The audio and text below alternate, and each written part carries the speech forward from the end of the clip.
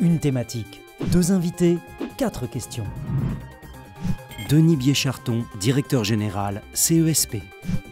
Zisla Bélia, présidente du comité de pilotage de l'étude WAN. Point de vue. Quel est selon vous le rôle de l'audience aujourd'hui ? L'audience a un rôle absolument essentiel. Son calcul, ce qui permet donc de dénombrer le nombre de lecteurs pour la presse, est essentiel parce qu'elle va donner un volume, un nombre de lecteurs.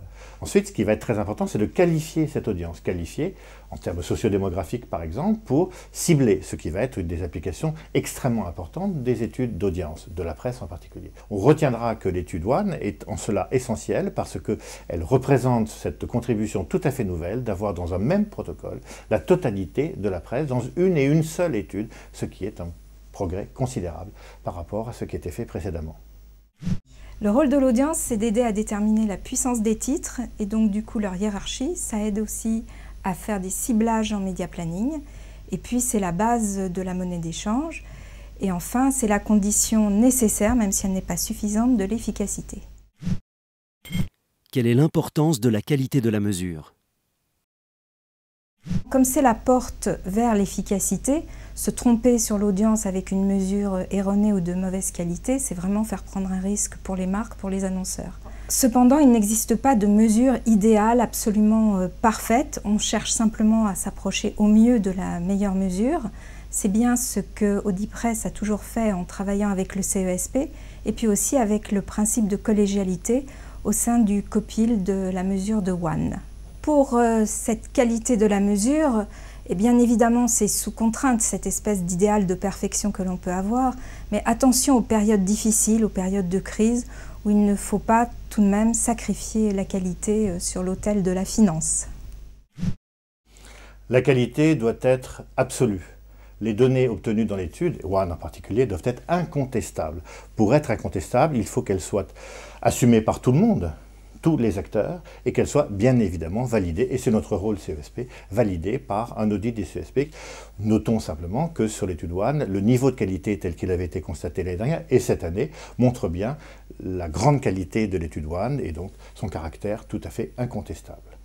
Notons que la collaboration entre le CESP et Audipresse se fait dans un contexte de transparence et d'efficacité, tant sur l'audit de WAN que sur toutes les demandes d'accompagnement que Audipresse demande au CESP.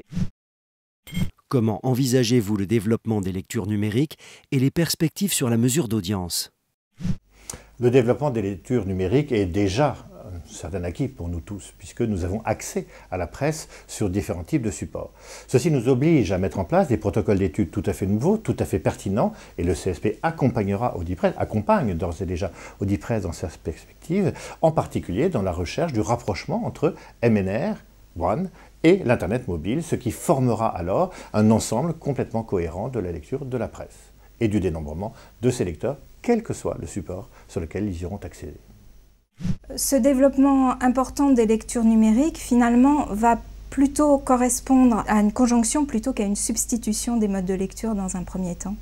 C'est la raison pour laquelle il est absolument indispensable que la mesure d'audience intègre au plus tôt, au plus vite, ce qu'elle fait déjà, ces éléments de lecture numérique. C'est bien ce que WAN a initié avec Audipresse très précocement en introduisant dans l'étude les comportements de lecture numérique, comportements qui ne sont pas encore de l'audience au sens mesure de référence, mais ce qui sera assez rapidement le cas dès lors que les fusions avec Médiamétrie et MNR pourront se faire. Quel avenir pour le multireading ? Le multireading permet en fait au lecteur que je suis de pouvoir accéder à tout moment et quel que soit le support à la presse et à son contenu. C'est une opportunité extraordinaire pour la presse. Le consommateur est curieux, le lecteur a envie de savoir, le lecteur va chercher de l'information. Plus il aura l'accessibilité aisée à la presse, à l'information, plus effectivement il la consommera. Le multireading, c'est déjà une réalité grandissante des comportements. Le multireading est appelé à connaître un développement florissant, d'autant qu'il permet d'avoir accès également à des contenus enrichis.